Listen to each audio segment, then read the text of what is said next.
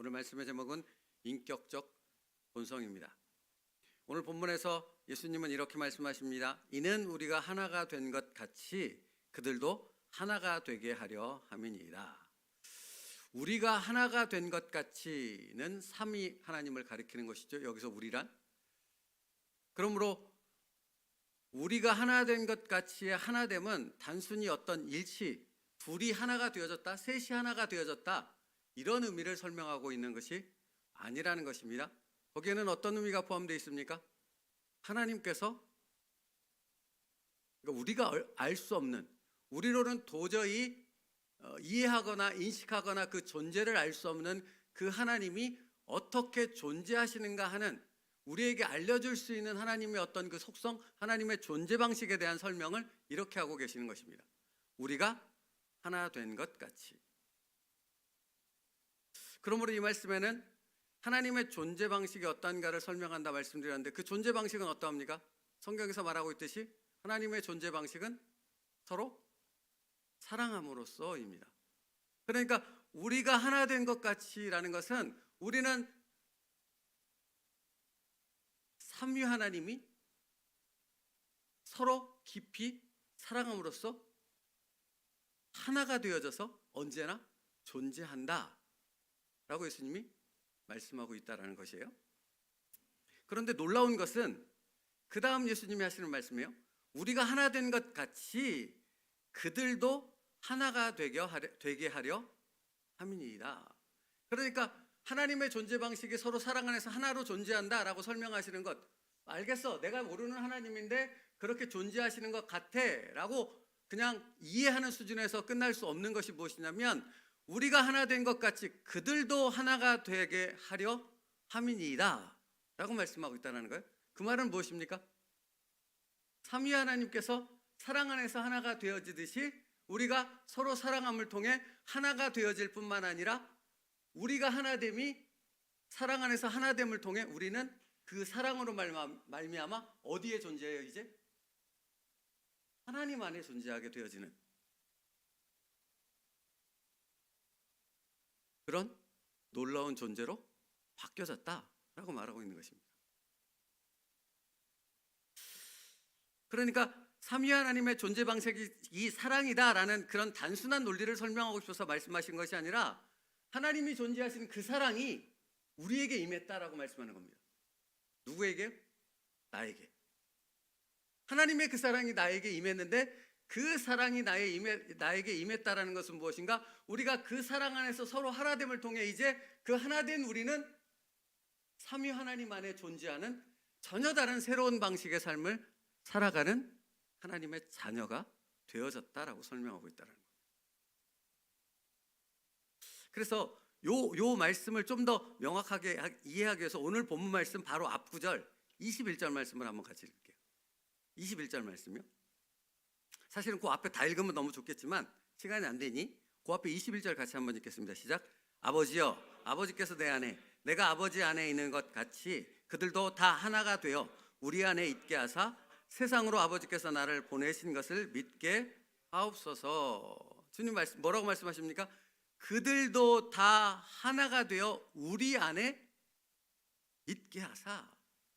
그들도 다 하나가 되어 우리 안에, 삼위 하나님 안에 거하는 자가 되어졌음을 그들이 알게 하옵소서. 그들이 아는 것이 세상이 알게 하옵소서. 그래서 그 하나님을 알지 못하는 이들이 그 하나님의 사랑으로 들어오는 놀라운 구원의 역사가 일어나게 하여 주시옵소서. 그러니까 여러분, 예수 그리스도의 십자가로 말미암아 우리가 받은 은혜가 무엇인지를 설명하고 있습니다. 예수 그리스도의 십자가로 말미암아 우리가 받은 은혜가 무엇입니까? 선물로 받은, 거저 받은 은혜가 무엇입니까? 구원 아닙니까? 그러니까 구원이라는 말을 다른 말로 설명한다면 무엇이 되는 줄 아십니까? 삼위 하나님의 그 사랑이 우리 안에 임했다. 그게 구원이라는 겁니다. 근데 여러분, 이게 왜 중요하냐면 보통 사람들은 이렇게 일상적으로 아무 생각 없는 사람 말고요, 조금 생각이 있는 사람들은 자기 자신을 안다라고 생각하는 그런 얘기를 들을 때가 많잖아요. 내가 누군지를 안다? 내가 어떤 존재인지를 안다? 그런데 사실 성경은 사람들을 향해 뭐라고 말하냐면, 사람들은, 하나님을 알지 못하는 사람들은 자기가 누구인지 어떤 존재인지를 알지 못한다고 말하고 있다는 것입니다. 근데 이 말씀을 통해 우리가 깨닫게 되어지는 것이 무엇입니까? 우리가 구원받았다는 것, 그것이 하나님의 사랑이 우리 안에 임했다는 것이 무엇이냐면, 하나님의 사랑이 우리 안에 임할 때만, 임하게 되어졌을 때만 우리는 우리가 누구인지, 어떤 존재인지, 얼마나 사랑받는 존재인지, 우리가 어떤 삶을 살게 되는지를 비로소 알게 되어지는 자들이 된다라는 것입니다. 예수님 그 말씀하고 있는 거예요. 그러니까 여러분, 사람이 자신의 삶을 살아갈 때 가장 행복하게 살 수 있는 방법은 그러므로 어디 있겠습니까? 하나님의 사랑이 임하고, 그 하나님의 사랑이 임함으로 내가 누구인지 어떤 존재인지를 비로소 깨닫게 되어짐을 통해 하나님을 알 때 그 사람이 가장 행복한 삶을 사는 존재로 바뀌어질 수 있다는 말이 되는 겁니다. 그건 당연한 거잖아요. 우리를 창조하신 분이 하나님이시니까. 우리를 만드신 분이 하나님이시라고요. 우리를 만드신 하나님께서 그 만든 존재가 얼마나 가장 행복한 삶을 살 수 있는가 사용설명서를 적어놓은 것이 바로 이 성경 말씀이라는 거죠. 근데 이 성경 말씀은 그냥 알아지지 않아요. 하나님의 사랑 안에 거할 때, 그래서 그 사랑이 무엇인지를 비로소 깨닫게 되어지고, 그 사랑 안에 있는 자신의 존재와 가치와 의미를 하나님 안에서 알게 된 사람만이 말씀을 깨닫게 되어지고, 그 말씀 안에서 진정으로 참된 삶의 의미를 살아가는 인격적 존재가 되어질 수 있다는 겁니다. 그게 우리가 십자가의 사랑을 통해서 받은 은혜인 것입니다. 그래서 여러분, 예수님께서는 그런 구원을 받은 성도들을 향해 이렇게 말씀하지 않으셨습니까? 요한복음 13장 34절에 새 계명을 너희에게 주노니 서로 사랑하라. 그 다음에 뭐라고 하십니까? 내가 너희를 사랑한 것 같이 너희도 서로 사랑하라. 여러분, 이 말씀은 오늘 말씀과 정확하게 이어지고 있어요. 내가 너희를 사랑한 것 같이 너희도 서로 사랑하라. 그렇게 너희가 서로 사랑하면 그 사랑 안에서 너희는 너희만 존재하는 것이 아니라 하나님 안에 거하는 전혀 다른 존재로 바뀌어지게 되고, 내가 그런 존재로 새로운 피조물로 재창조되어졌다는 사실을 비로소 깨닫게 되어지는 진정한 하나님의 자녀의 삶을, 그 은혜를 누리는 자가 되어진다는 것입니다.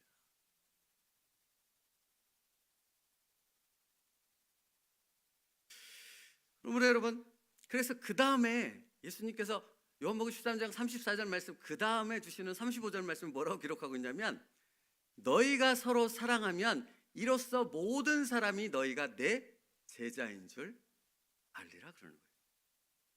여러분, 이게 이처럼 당연한 말이 없는 거잖아요. 우리가 예수 그리스도의 사랑 안에서 우리가 서로 사랑함으로 그 사랑의 공동체 안에서 하나님 안에 거하게 되어지면 우리라는 존재는 지금 어디 있는 것입니까? 하나님 안에 있는 거잖아요. 하나님 안에 살아가는 거예요. 이 땅에서 동일한 삶을 살고 있지만, 동일한 육체와 호흡과 일을 하고 동일한 가정과 그런 일상의 삶을 살아가는 것 같지만 우리는 전혀 다른 존재라는 것이죠. 그게 바로 하나님 나라에 속했다라는 말, 이미 너희 안 하나님의 나라가 임했다라는 그 말과 또 같이 연결되는 말씀인데, 오늘 다 설명할 수는 없고 그 말씀인데, 우리가 하나님 안에 거하기 때문에 우리가 하나님 안에 거하는 그 놀라운 삶을 살 때 다른 사람들은 우리를 바라볼 때 라고 탄성을 지르게 되는 거죠. 그리스도인인데 근데 저들은 뭔가 다른데? 뭐가 다른 겁니까? 얼굴이 바뀐 겁니까? 인간이 바뀐 겁니까? 아니요.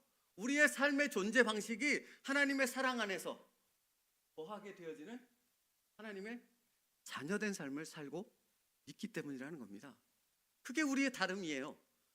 우리가 뭘 이렇게 잘 있고 뭘 똑똑하고 성공하고 부자가 되고 하나님이 주신 축복을 통해서 하나님의 어떤 부분을 전하는 자가 아니라, 서로 사랑함을 통해, 그 사랑함을 통해 하나님 안에 거하게 되어졌을 때, 그것을 통해 우리는 하나님의 그 생명의 빛을, 생명수 강을 흘러 넘치게 하는, 그것을 반사하는 그 존재의 삶을 살아가는 자가 될 수 있다라는 거예요. 그러니까 이것을 알면 여러분, 봉사하기 위해서 다른 어떤 경건의 거룩한 삶을 살기 위해서 노력하는 자가 아니라, 그걸 하지 말라는 것이 아니라 그것이 갖는 진정한 의미가 결국은 내가 너희를 사랑한 것 같이 너희도 서로 사랑하라는 주님의 말씀에 있다라는 사실을 깨닫게 되어지니까 뭐에 초점을 맞추고 살아가는 거예요? 내가 예수 그리스도의 마음으로 다른 이를 사랑하는 그 삶에 초점을 맞추고 살아가는 진정한 그리스도인의 정체성을 깨닫게 되어진다라는 거예요.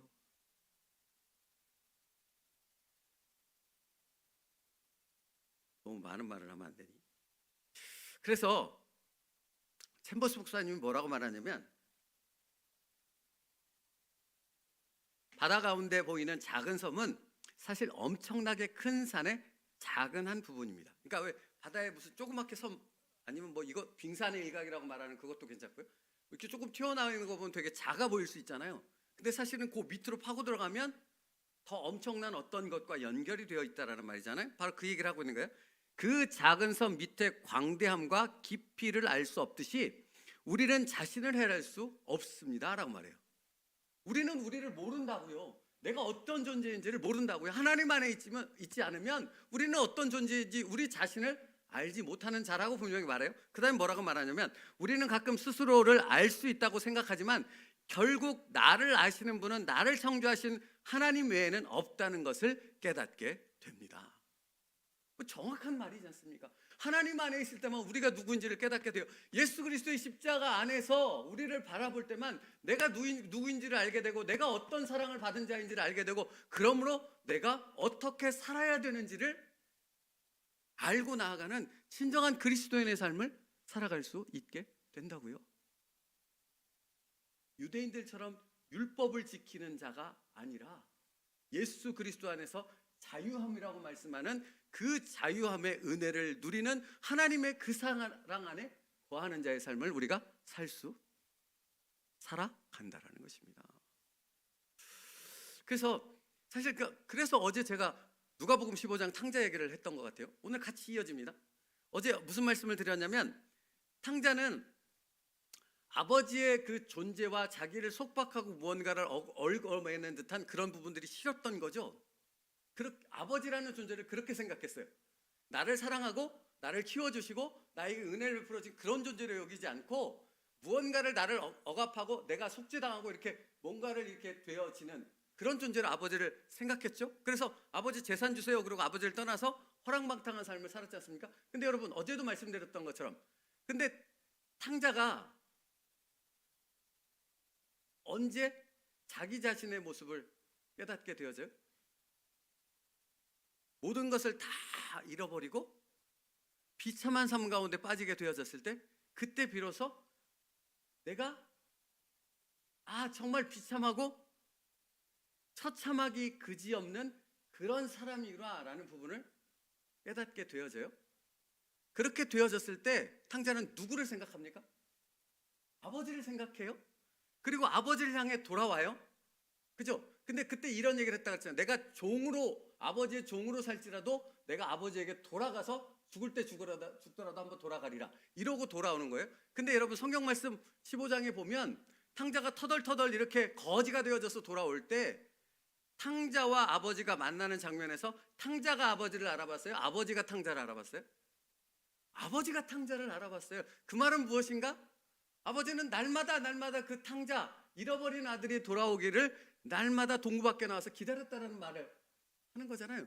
그러니까 탕자가 그 아버지를 보고 아버지가 자기를 부르는 그 순간에 탕자는 비로소 무엇을 깨닫게 되어집니까? 내가 아버지의 얼마나 한없는 사랑을 받는 자이었는가를 깨닫게 되어진다라는 거예요. 근데 그 뒤에 이어 나오는 말씀을 보면, 탕자가 그렇게 자기 자신의 비참한 모습을 깨닫게 되어지고 아버지께로 돌아갔을 때 아버지의 사랑을 깨닫게 되어짐으로 자기라는 존재가 누구인지를 비로소 깨닫게 되어진다는 사실 성경이 기록하고 있어요. 제가 읽어드릴게요. 누가복음 15장에 보면, 아들이 이르되 아버지, 내가 하늘과 아버지께 죄를 지었사오니 지금부터는 아버지의 아들이라 일컬음을 감당하지 못하겠나이다 하나. 이게 탕자의 아버지께 대한 고백이잖아요. 그랬더니 아버지가 뭐라고 어떤 행동을 취하냐면 아버지는 종들에게 이르되 제일 좋은 옷을 내어다가 입히고 손에 가락지를 끼우고 발에 신을 신기라. 그리고 살진 송아지를 끌어다가 잡으라. 우리가 먹고 즐기자. 이 내 아들은 죽었다가 다시 살아났으며 내가 잃었다가 다시 얻었노라. 이런다는 거예요. 여러분 여기서 무엇을 깨닫습니까? 아버지는 아무것도 필요 없다라는 거예요. 내 재산을 얼마나 잃어버렸는가 그것도 필요 없어요. 내 사랑과 내 헌신적인 그 노력, 자식을 키워오는 그 모든 것을 아들이 배신하고 도망간 그 배신감 그것도 다 필요 없다라는 거예요. 아버지가 생각하는 단 하나가 있었다라는 거예요. 그게 뭔지 아십니까? 아들이 아버지가 얼마나 자신을 사랑하고 있는가를 알기 원하는 거예요. 그거 한 가지. 그거 한 가지.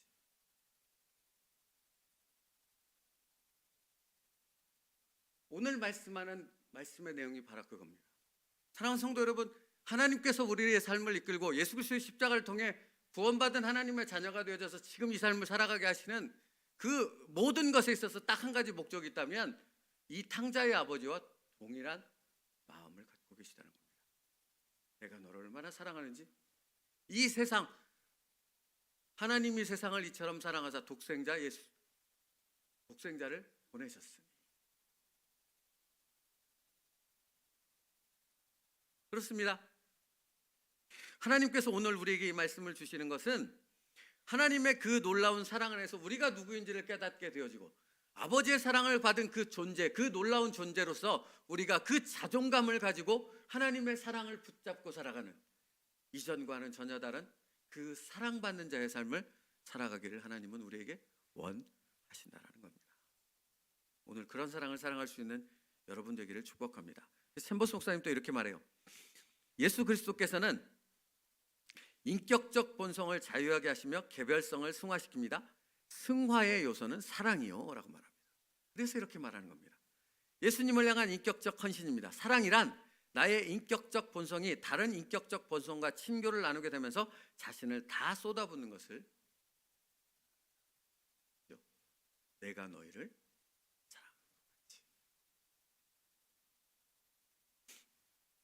그러므로 여러분, 요한일서 4장 16절은 우리에게 이렇게 말하는 것입니다.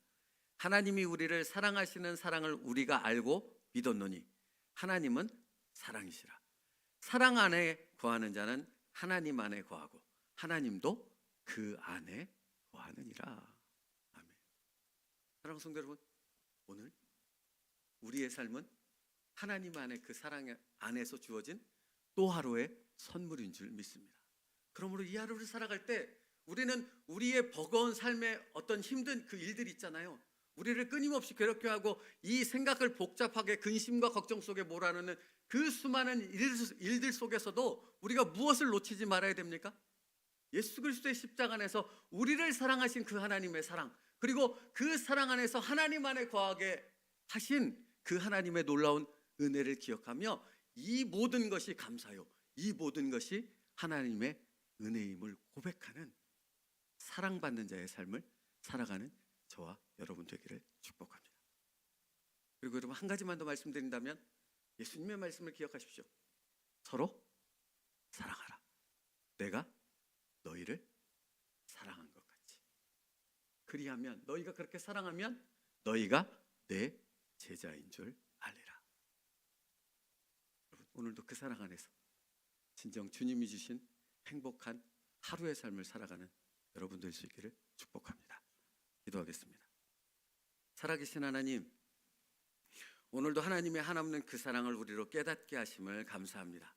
아버지 하나님, 그 사랑 안에서 우리는 전혀 다른 존재가 되었음을 우리의 삶 속에서 더욱 깊이 깨달아 알아가게 하여 주시옵고, 그 놀라운 사랑 안에서 우리가 받은 그 사랑을 다른 사람들에게 나눠줄 수 있는 예수 그리스도의 제자들이 되게 하여 주시옵소서.